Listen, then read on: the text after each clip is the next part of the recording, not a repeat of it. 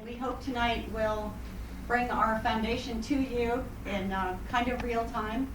I'm Kathy Seifert. I'm Executive Director of the Seaport Foundation, and I'm sitting with Helen Morris, who is the Chair of the Board of Directors. And the purpose of this town hall is to let you know how we're doing with the pandemic, how our kids are doing, and just sort of kind of introduce you to what a day in the life of an apprentice is like. We've missed our volunteers, we miss our community, we miss our visitors coming by and stopping in to see the apprentices. We're filled to capacity right now, we're doing amazing work, but we do miss seeing you all. And I thought, because we probably have a lot of guests, I hope we have some guests online tonight, that we will show a brief video of the apprentice program. This video was actually done by Comcast several years ago, but I think it's a wonderful example of the work that we do. So if you just take 2 minutes to watch the video, then Helen can talk about the needs of the apprentices we serve. You see the changes take place. Their attitudes change. After 6 months, there's an entirely different person who walks out of here.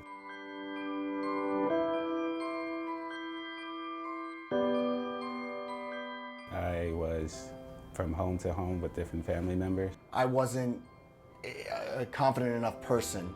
I was struggling with really severe anxiety and depression. I had a hard time getting a job because of my record. And when I came to ASF, none of that mattered. And they took me right away.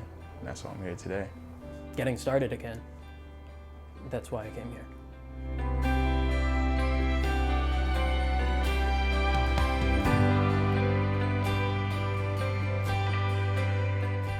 We see these young adults come in here and they're kind of rough. They have had some bad breaks in their lives, have made a lot of mistakes, and we give them a chance. We give them a second chance. Sometimes we give them a third chance. And we give them self-confidence, we give them self-esteem, and we show them how to build. So we're trying to address the sort of the whole person through a range of activities, and we think that works. The way we tell if we've been successful with somebody is they're different people when they leave.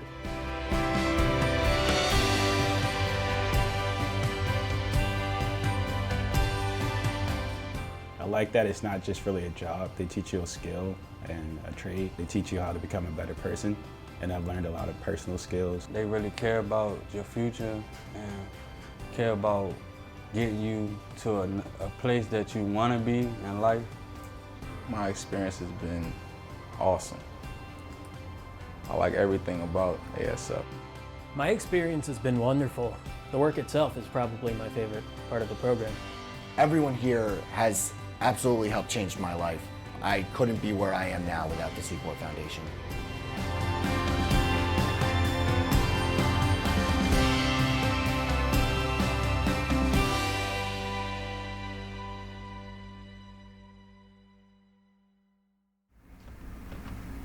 So who are these apprentices? How have they slipped through the cracks? What are some of their challenges and struggles?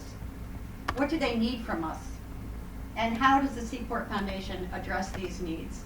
Helen is going to describe this to us. Thank you, Kathy. Good evening, everyone. I'm really happy to be with you tonight and happy to talk to you a little bit about the needs that our apprentices bring when they come to us at the Seaport Foundation. So who are these people? These are fabulous young people who just need a second chance at a great life.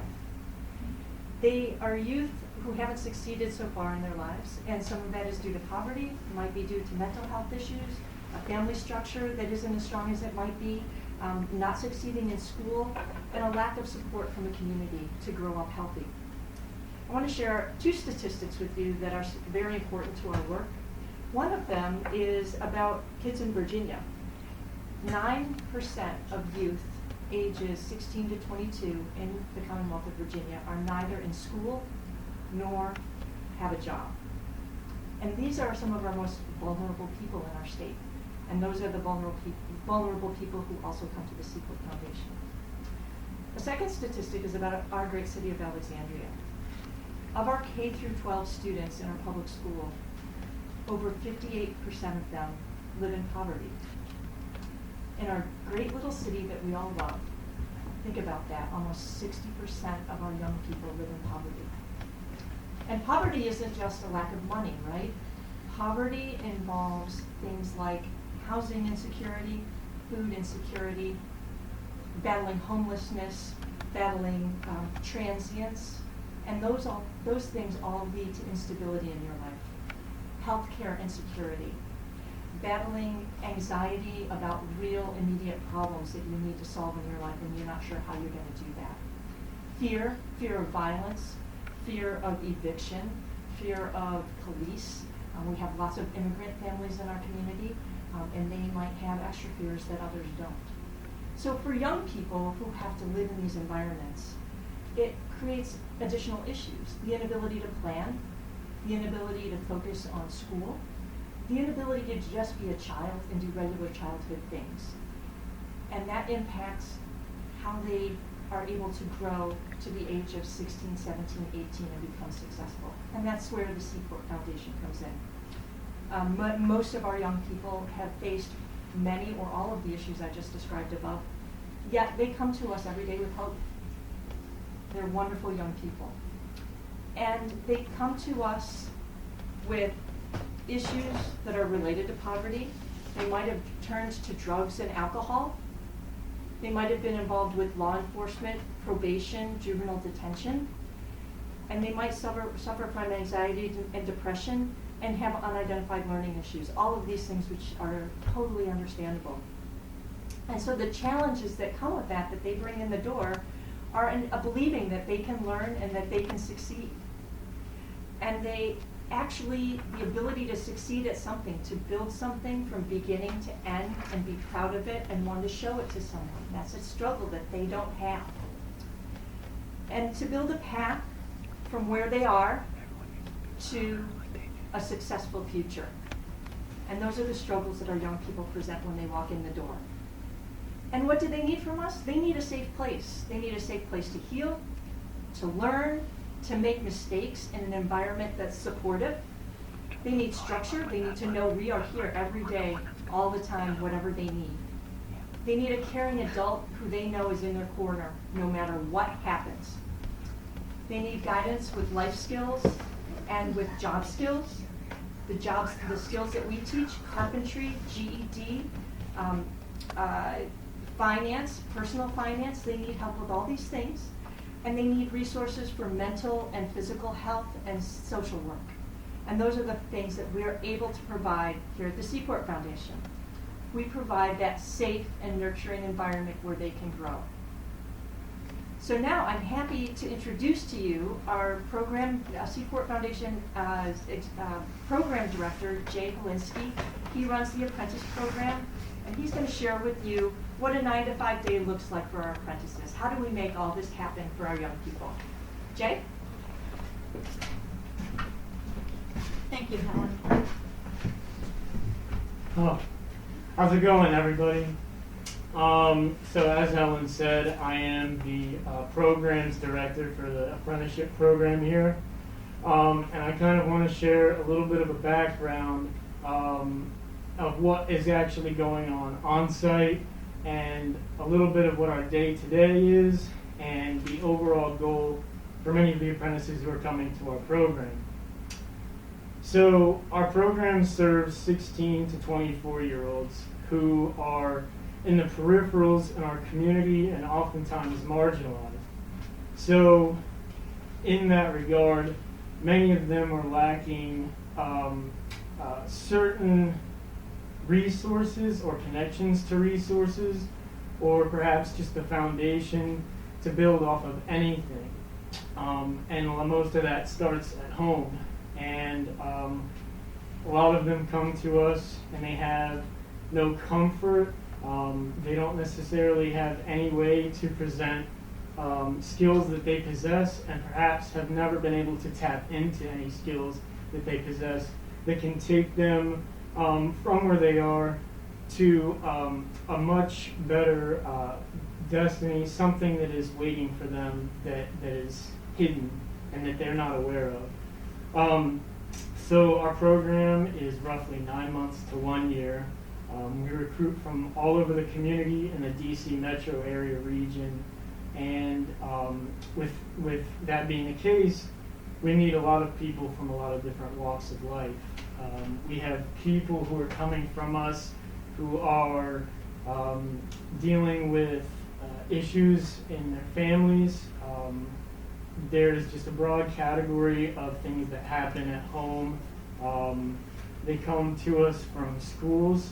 A lot of them don't learn or do well in traditional schooling environments. And sometimes it's just the plain old answer is life sucks and I'm not sure what to do. So they find us, and one of the most popular ways that they find us is through friends or family or someone who's known or been through our program, which I think speaks volumes to what we do. If somebody is here and enjoying themselves and is able to make something of themselves, and then to take it forward and see somebody struggling in similar or even different ways and know that a program like this can help, I think it really says a lot about what we do. And so anybody who's supporting the foundation, just know that that's the kind of community that you're also putting something towards. You're giving back to the community in a way that is giving back, and on and on and on. So how do we do this? Obviously, we have to have a lot of interpersonal skills. In a lot of ways, we have to be able to relate and listen to what people say. So they come to us, and perhaps they're not able to necessarily list out goals that they have, because many of them have never had to do so. But once they're able to get the ball rolling and start getting their hands dirty and talking to people and learning about all of the opportunities that can be provided, they start to see past just the glass pane window, and now they're seeing that there's something that's actually tangible for their future. So we identify their goals with them, and we use our 3-phase curriculum to build their confidence, their employability, their creativeness, their friendships, just an overall well-rounded skill set that any adult, I think, should have to be able to survive, again, independently. So our first phase of the program, as many programs would start off, is all about acclimation, training, comfortability. It sets a standard that we try to hold for them so that by the time they're moving through the program and then out of the program, not only can they dictate what they're able to do, but they can also teach it and represent themselves and others in an incredibly positive way. So after they have finished the first phase of the program, they take what they've learned and they put it into a practice. That middle phase of our program is meant to simulate sort of a small business model. We're building things to then market and sell, all revenue coming back into the program. And in addition to that, they do a lot of work with boats, boat handling, maintenance, a lot of skills that transfer beyond being on the water in the boating world. But obviously here in Old Town on the waterfront, that is a very important and key aspect for what we do.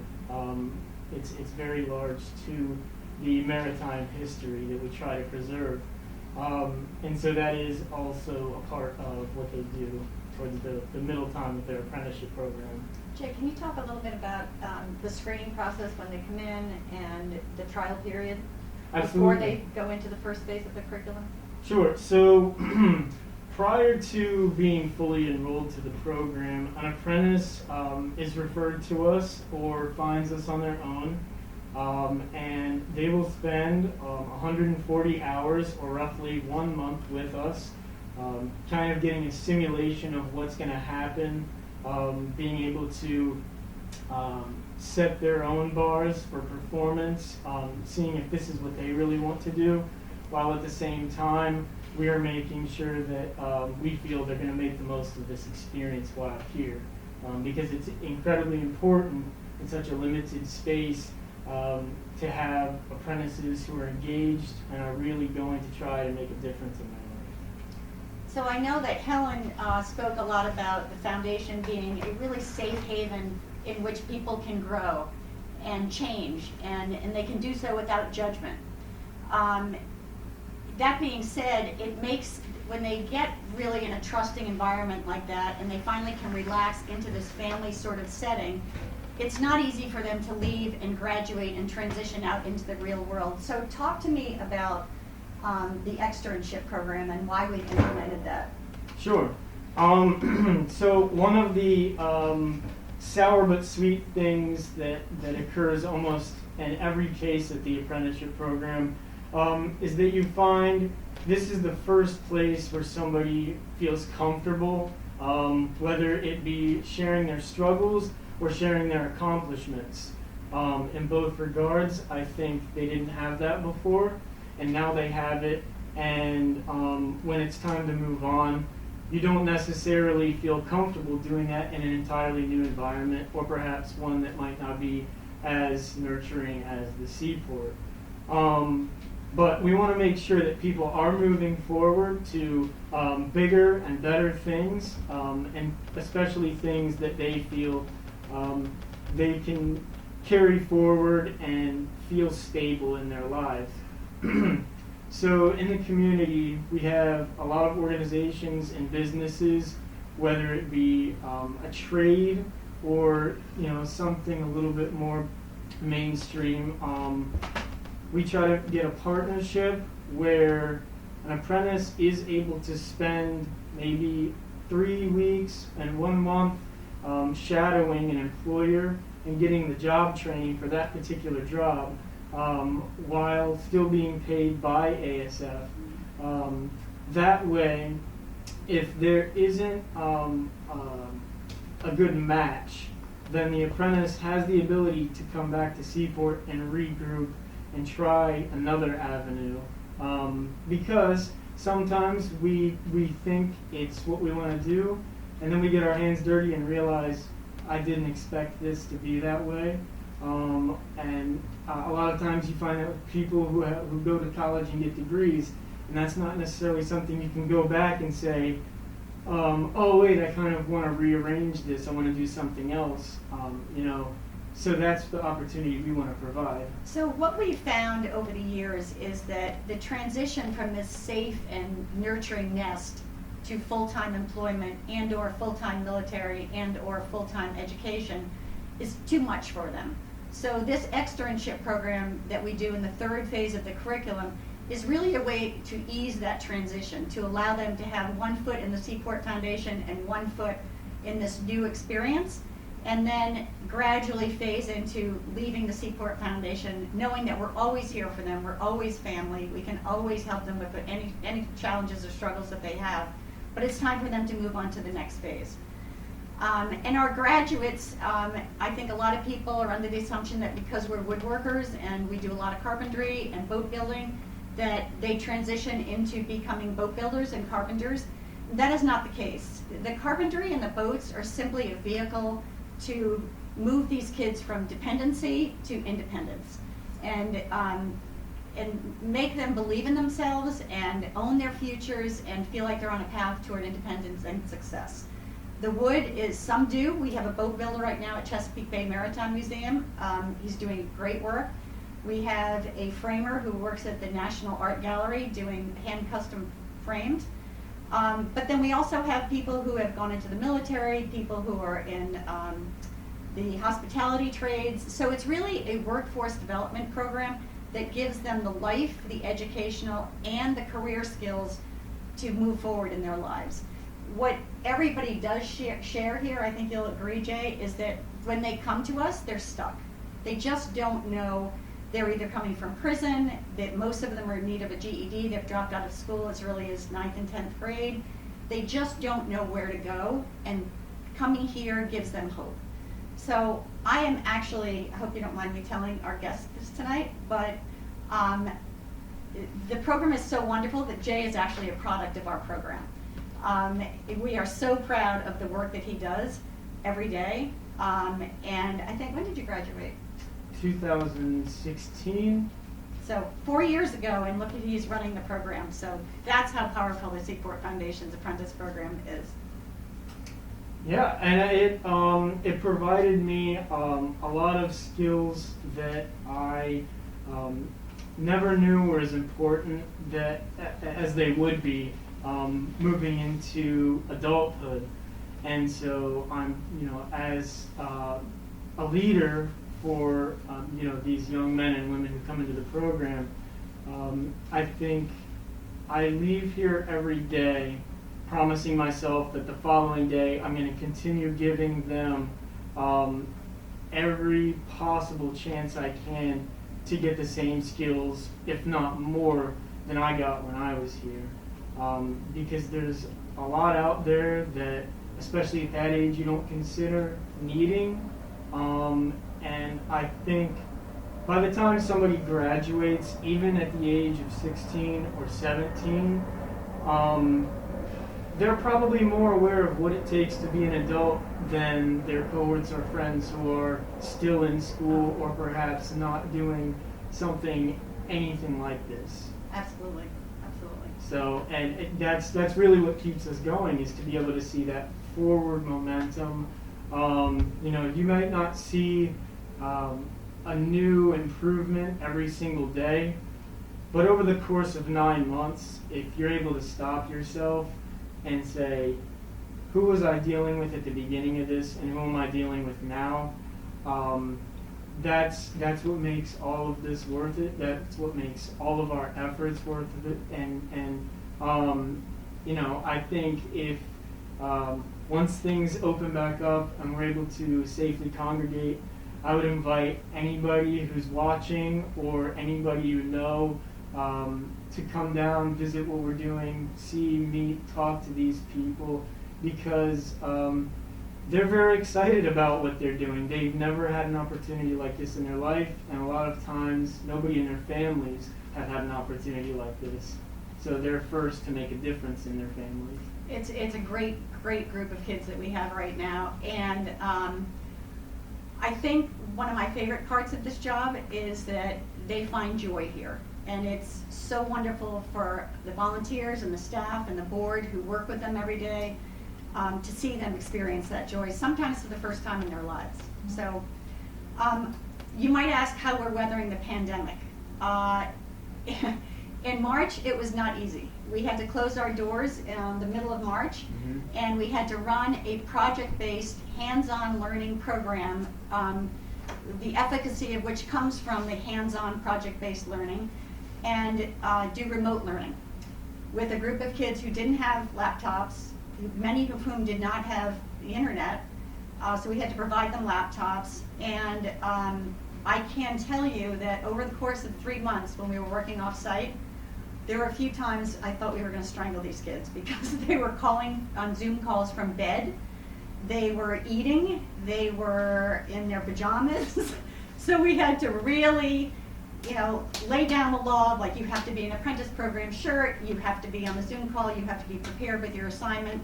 So we got progressively stricter and stricter, and we did weather the storm and got back on site 3 months later and had a full shop of apprentices. We lost 4, but we had some on the waiting list, and then 2 who had dropped out during that period of time wanted to come back in and prove to us why we should let them back in. So we're doing great right now. As I said, we're still full to capacity with the waiting list. And I believe this, and I know the board and the staff does as well. I fully believe that this pandemic is going to result in the apprentice program being inundated with youth in need of direction. We have kids 2 blocks from here who don't have the internet, who aren't on Zoom calls in the schools, who haven't seen a school teacher since mid-March. Those will be our apprentices, and we just have to pray that they don't make a lot of mistakes between now and then, because most of our apprentices, when they drop out of school, and most of them make that decision around 6th and 7th grade, they do a lot of damage to themselves and others in that time period before they find the Seaport Foundation. So we need your help. We need this community because we are growing rapidly. A lot of it, I think, is because of the pandemic. Our goal this year is to, and it's aggressive, is to increase our committed donor base, and I don't mean database, I mean donors, by 25%. And it, like I said, it's aggressive, but we believe that we can do it. And we can do it by all of you out there tonight telling your friends about the good work that we're doing. You can get on our website, there's a donate now button. I encourage anybody who's currently a donor, if you're comfortable with transitioning to monthly donations, please do, because it helps a lot. If you're not comfortable with that, please continue with your annual donation. If you have friends who you think would be interested in what work that we're doing, bring them down. Our apprentices can come outside. We'll give you a cup of coffee and walk you around the premises, and you will be engaged, I promise you. I don't think that anybody comes to the foundation and meets our apprentices who doesn't get involved in some way. So we're also going to be selling wonderful holiday gifts at the market this Saturday and through Christmas. We have cutting boards, which are right behind Jay, that are beautiful. They are $50 each, and we're going to hand engrave them with our new toy that we have behind the store. And so you can engrave them for an extra $20, and the engraving can go anywhere that you would like it to go on the board. We also have nesting chairs that I wish we had one to show you, but we will be at the market, so come find us. They are beautiful. They're kind of like an Adirondack chair, but they're like super streamlined, and they're two pieces and one fits into the other. So you just carry it like a little tote, and they're fabulous. How else can you help us? Externship opportunities. If you have a local business and you would like to take on one of our apprentices a couple days a week for a couple weeks, fully paid by the Seaport Foundation, we would love it. We know that's a challenge during the pandemic. And the same with graduate placement opportunities. If you have any kind of an opportunity that you think might be a great place for a graduate apprentice, we promise you they'll be there on time. They'll have great work ethic. They may have to pull up their pants, or you might have to remind them they love wearing their pants hanging off of their hips. And volunteer support, as I said in the beginning of the town meeting, we really do miss our apprentices. I mean, our volunteers coming in here and working with the apprentices. And I know you miss us because I've heard from many of you.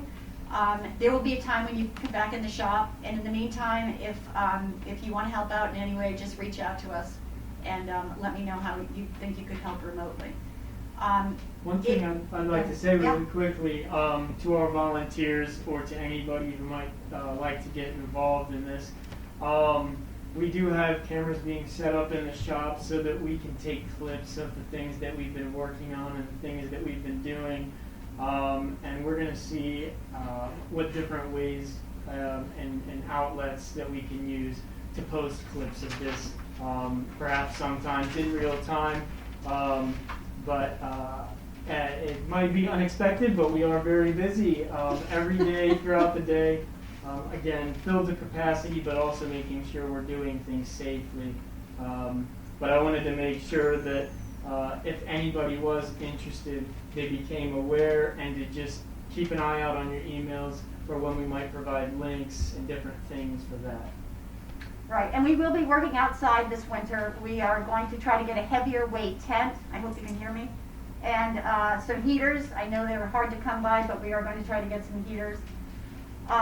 But finally, we want to close by saying thank you. Honestly, without all of your work and all of your support, and you all provide support in so many ways. We have coaches who work with our staff. We have, we have tutors, GED tutors, math tutors. We have licensed social workers who help us pro bono. So we have people who give us money, love money.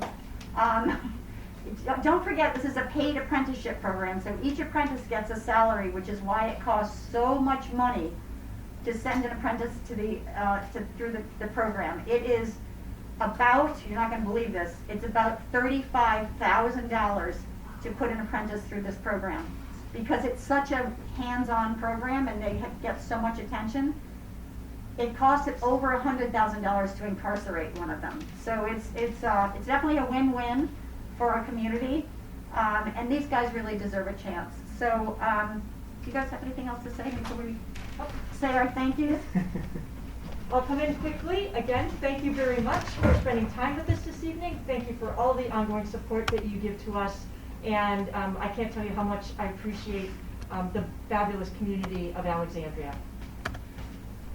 We are going to end with our apprentices thanking you from their hearts for all of your support. They are very well aware that without your support, they could not be in the safe haven working toward a hopeful future. Thank you. Have a wonderful night. Good night.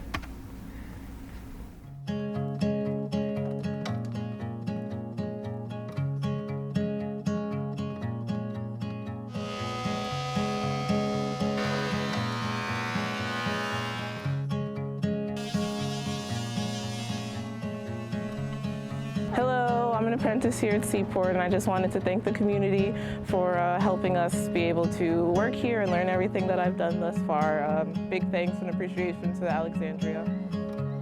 Thank you for your support. Thank you. Thank you. Thank you. Thank you. Thank you. Thank you to our fabulous community for supporting our young people. Thank you so much for making our work possible.